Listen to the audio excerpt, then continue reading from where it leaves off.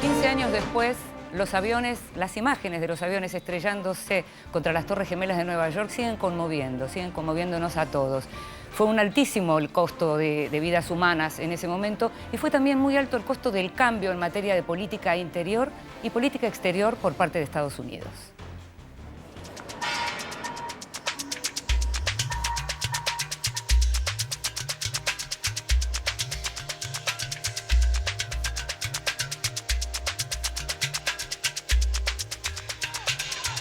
Los atentados del 11 de septiembre de 2001 en los Estados Unidos tuvieron un costo aparte más allá de las miles de vidas humanas que se cobraron.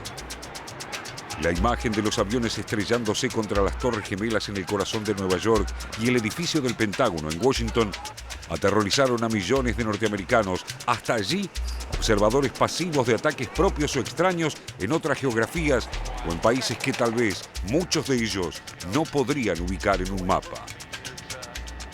La primera reacción tras aquel shock inicial fue la exaltación del patriotismo.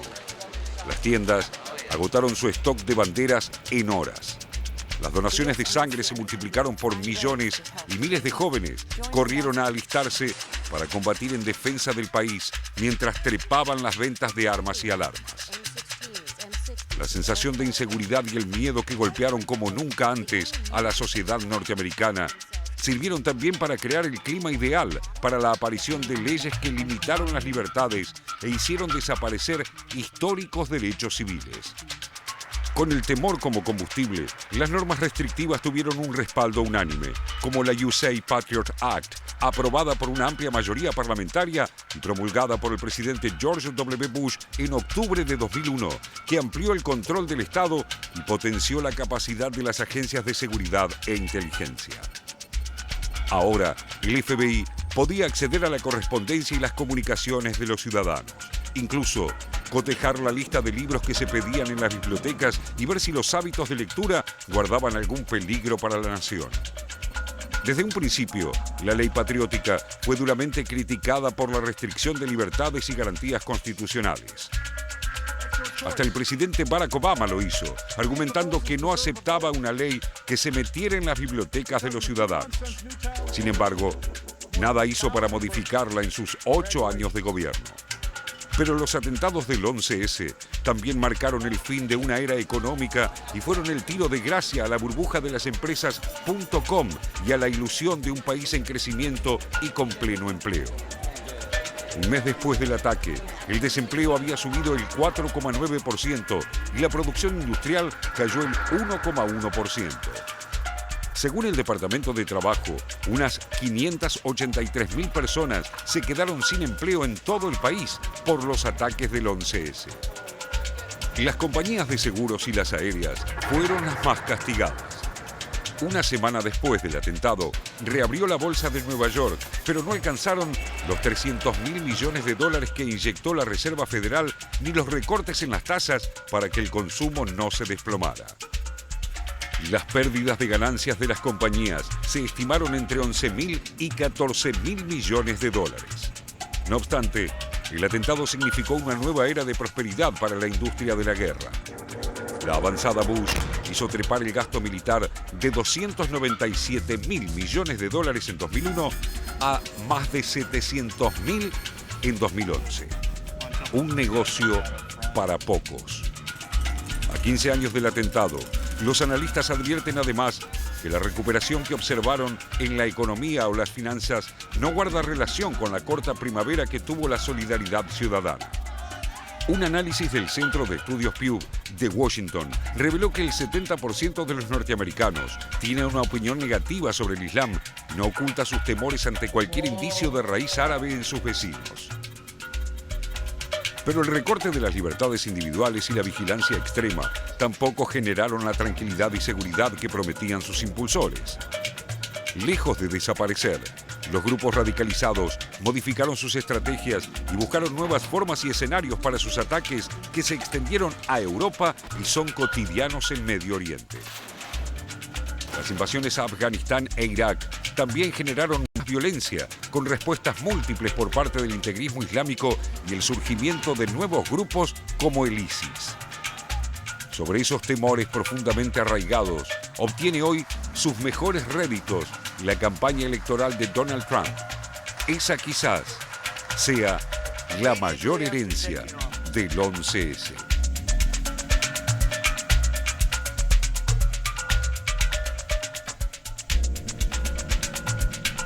Para analizar esa herencia, estamos con una especialista, con Ruth Diamant. Gracias por estar con nosotros, Ruth. Gracias por la invitación. Ruth es experta en seguridad internacional, es profesora de la Universidad Itela y es también investigadora del CONICET. De nuevo, gracias por estar con nosotros. Ruth, ¿qué podríamos decir que es como esa mayor herencia que nos dejó en términos de seguridad o de inseguridad que nos dejaron los atentados del 11 de septiembre del 2001? La mayor herencia, o sea, hay varios campos, pero creo que el problema central es lo que muchos ya han señalado, el dilema o la tensión entre seguridad y libertad. Sí. Y se permitió, a partir del miedo y el impacto que tuvo este atentado, avanzar sobre libertades que estaban conquistadas, y eso me parece que es un saldo muy negativo. Al mismo tiempo estamos todos mucho más vigilados. Algunos dicen, bueno, prefiero estar vigilado porque me da más seguridad, pero se han limitado las posibilidades de expresión y de privacidad que mucha gente tenía. Eso creo que es el legado más negativo en términos generales. Después hay temas más puntuales que pasan, por ejemplo, por el cambio de las estrategias. ¿Se acuerdan de esto de la preventivo, lo preemptive? Sí, la guerra preventiva. Que permitía de alguna manera actuar antes de tener en realidad la amenaza concreta. Sí. Y es un tema también difícil de señalar, porque uno no sabe en qué punto real uno está haciendo prevención y en qué punto está haciendo defensa. Pero bueno, esto permitió avances sobre ciertas reglas de la guerra, ciertas reglas de juego que también fueron, como resultado, dieron abusos contra los derechos humanos. O sea que hay un cambio importante en lo que tiene que ver con respeto a la persona. Y eso es todo consecuencia de cómo se enfocó este problema. Después hay cambios también que tienen que ver no solamente por ahí con los atentados, sino con la evolución normal que se fue dando en la tecnología, bueno, esta posibilidad que hay, los drones, por ejemplo, claro, ¿no? De perseguir un objetivo que, por ejemplo, un auto que va en movimiento y atacar a la persona en un auto que va a 100 kilómetros por hora. La idea de que los drones pueden autodefinir su misión una vez que han sido lanzados. Entonces, todo eso, y los satélites y las cámaras de vigilancia y todo eso, también afecta la privacidad, pero también hace una guerra que desde el lado de los que tienen la tecnología es mucho menos victimizante. Y del lado de los que no la tienen se dan muchas más bajas, que son de personas no combatientes, civiles. Claro, ahora vos decís, estamos más vigilados y estamos más vigilantes también. Eso también es una herencia, ¿no? Sí. Es decir, los ciudadanos del mundo en general están mucho más atentos, ¿no?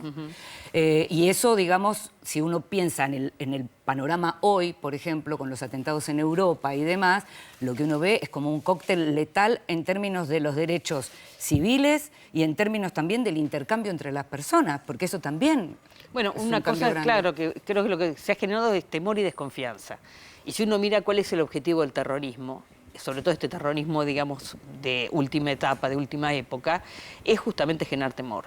O sea, no hay como por ahí la vieja guerrilla que uno conoció en los 60 y en los 70, la idea de tomar el Estado.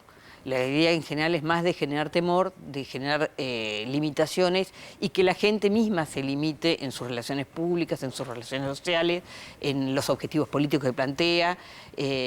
Bueno, y esto empieza a crear, por ejemplo, antiislamismo, persecuciones, toda una situación que en realidad ha modificado la relación de las personas. ¿Y qué un experto en seguridad, un experto en defensa, qué le aconseja a un gobierno, por ejemplo, que está en problemas de esta naturaleza? Suponte Francia.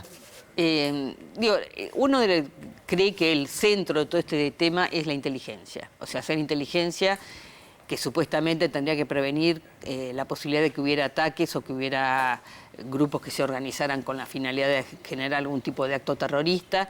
Las Fuerzas Armadas necesariamente no son el instrumento mejor para combatir este tipo de amenaza o de riesgo, y tampoco servirían las policías. Los controles que a veces sufrimos en los aeropuertos y que nos dan bastante malestar son necesarios, migraciones, aduanas, transportes, todas estas iniciativas de seguridad en el transporte y en los containers y todo ese tipo de de políticas que han surgido después de los atentados son la mejor manera que uno tiene de prevenir. Pero después está la raíz de los conflictos, ¿no? Que es el otro tema, bueno, ¿por qué aparecen estos conflictos? Y digamos, hay muchos análisis, no hay una única versión respecto de qué es lo que provoca este tipo de reacciones por parte de estos grupos, pero claramente hay un problema de marginación, un problema de no inclusión, más que un tema de pobreza. Entonces, la inteligencia, antes que la militarización, en este sentido, funcionaría. Jorge. Pasamos de 2.000 atentados en 2001 a 14.000 en 2015, eso con más víctimas, desde luego. Y también pasamos de 20 millones de refugiados en el mundo a 65 millones de refugiados. Y a la aparición del ISIS en el medio en 2014. La pregunta ¿es una batalla perdida? No, creo que no. Es una buena pregunta. Pero, digamos, alguno podría decir, todo esto también son efectos de la globalización. La posibilidad que mucha gente que antes no tenía posibilidad por ahí de pensar en migrar o en refugiarse, y que hoy por ese mundo mucho más globalizado, con mucha más información, pero también con medios de transporte más fáciles, con conocimiento más amplio, ha permitido que una de las alternativas de la gente que no se siente segura en su país sea migrar.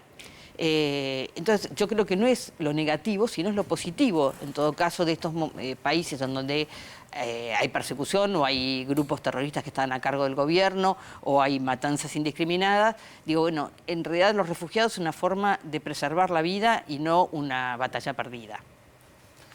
Ruth, cuando uno revisa, digamos, algunas otras organizaciones que históricamente cometían actos de terrorismo, que uno piensa en la ETA, en el IRA, incluso en la FARC, uno veía que eran organizaciones políticas que tenían un objetivo claro, la independencia de Irlanda, no sé, la construcción de un comunismo en Colombia o lo que sea.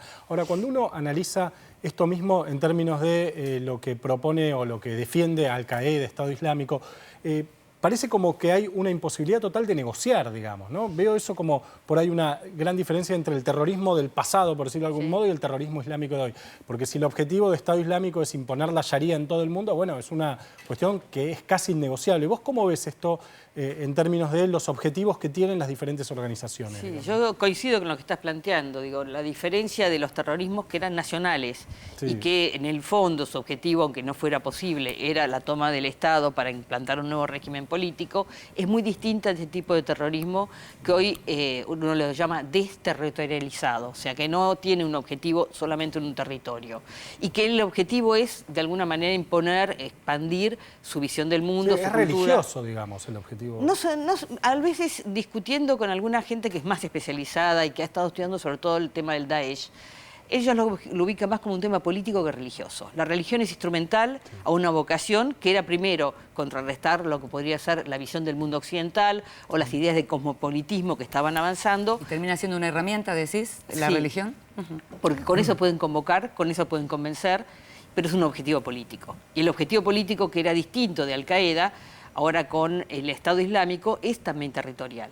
Y ahí, digamos, tener un foco desde el cual expandirse y seguir, de alguna manera, ampliando los sectores que van apoyando a este grupo, que está pasando, ¿no? Que eso sí está pasando. Ruth, hablabas al principio de la confrontación, o por lo menos estos dos planos de la seguridad y la libertad, y que a partir, obviamente, de las Torres Gemelas vimos el avance sobre las libertades en nombre de la seguridad. ¿Pensás que si no hubiera ocurrido lo de las Torres Gemelas, este avance se hubiera dado igualmente? Creo que sí. Creo que, digamos, cuando uno mira la estrategia de Estados Unidos, digo, hay pequeños saltos, pero no hay una desviación respecto a lo que ha sido el concepto de seguridad nacional en Estados Unidos históricamente. Y habían, digamos, sin la necesidad de un atentado terrorista, un debate, eso de la nueva América, la nueva centuria americana, que estaba proponiendo una serie de expertos inteligentes, muy preparados, pero con una visión hiperrealista o halcones, como algunos los llaman, que estaba diciendo Estados Unidos está débil, Estados Unidos necesita reaccionar. Entonces, muchos de estos elementos yo creo que sí se hubieran dado igual, por ahí, digo, era más fácil que se impusieran en el escenario del temor y del terror que se había creado, pero algunos de estos elementos se hubiera avanzado frente a lo que estos sectores más reaccionarios, más de derecho, más de tipo realista, veían que era la pérdida de la identidad norteamericana, de los valores tradicionales, de alguna manera un excesivo multiculturalismo dentro de la sociedad norteamericana. O sea que mi idea es que sí que hubiera avanzado de todas formas. Ruth, si uno piensa el escenario actual y piensa cuáles son las amenazas hoy, veíamos ayer lo que tiene que ver con la nueva prueba nuclear de Corea del Norte y uno se asusta ante eso, sí. Ve los atentados en Europa, se asusta, pero ¿cómo podemos medir? ¿Cómo medimos lo de Corea del Norte en su justa dimensión, por ejemplo, como amenaza para todos? Claramente es una amenaza para todos porque que un país que digamos es poco transparente, que está poco vinculado a la comunidad internacional, tenga la capacidad de tener una bomba nuclear, es una amenaza para todo el mundo. No es solamente para Corea del Sur, no es solamente porque es un objetivo por ahí de Estados Unidos, sino que se convierte en un país impredecible, como hasta ahora más o menos hemos visto, impenetrable al mismo tiempo y que tiene una capacidad de destrucción muy alta. Entonces, desde ese punto de vista, para mí sí es muy negativo. Lo otro que decía antes José, estos actores no estatales que hoy tienen la capacidad de tener recursos de destrucción también muy altos y bueno, que pueden, digamos, tomar un centenar de jóvenes y sí. Capturarlos, o que pueden, o sea, hacer acciones que antes era improbable de ver o era improbable de pensarlas. Entonces, todos estos actores, tanto estatales como no estatales, generan un escenario de mayor inseguridad y también de inestabilidad política. O sea, rápidamente se pueden convertir en un foco de tensión a la cual, digamos, de alguna manera los países que comúnmente están definiendo la agenda internacional van a reaccionar.